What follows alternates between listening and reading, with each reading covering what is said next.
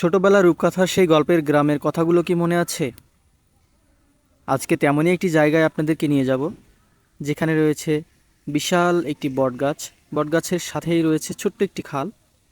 পাশে বটগাছের সাথেই রয়েছে একটি সুন্দর সাঁকো। আসসালামু আলাইকুম। আমি আপনাদের সাথে আছি মোহাম্মদ নাজমুল হক, একজন কৃষক।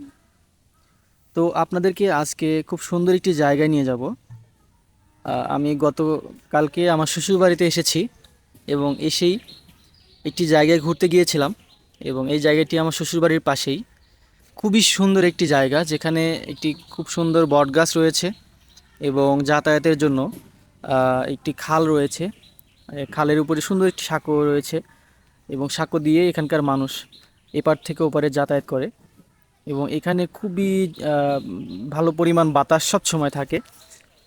এখানে ঘুরতে গিয়েই এখানে প্রায় ঘন্টাখানেক বসেছিলাম। এত একটা সুন্দর একটি জায়গা। পাশাপাশি অনেক মানুষ এখান দিয়ে তাদের দৈনন্দিন কাজগুলো করছিলেন। তারা তাদের গরুর জন্য ঘাস কেটে নিয়ে যাচ্ছিলেন, পাশাপাশি এখানে তাদের খেতে খামারে কাজগুলো করছিলেন। এবং এখানে জায়গাটা এত সুন্দর, বাস্তবে না দেখলে বুঝতে পারবেন না।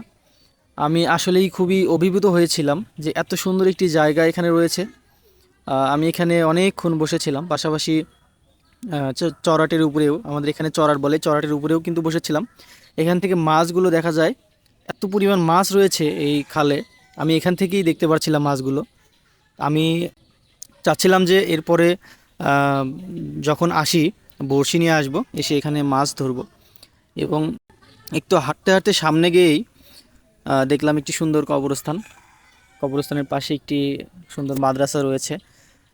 আর স্বভাবতই আমি কবরস্থান দেখলে একটু কবরস্থান থেকে হেঁটে আসি, মনটা একটু শান্ত হয়।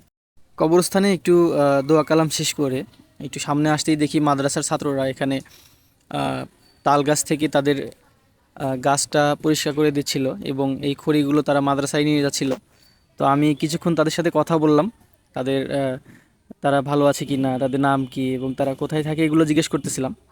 তো ছেলেগুলো যথেষ্ট পরিমাণ চঞ্চল। এই বয়সে তারা বাবা মা ছেড়ে এখানে এসে থাকে, তারপরেও যথেষ্ট পরিমাণ চঞ্চল।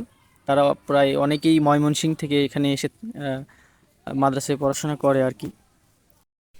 এই জায়গাটিতে হেঁটে বেড়াতে সচরাচর অনেক আপনারা ছাগল দেখতে পারবেন। পাশাপাশি এখানে কিন্তু যে ঘাসগুলো আমি সুন্দর, এই সবুজ ঘাসের ভিতরে আপনার এই লাল লাল নেপিয়ার ঘাসটা খুব সুন্দর লাগছিল দেখতে।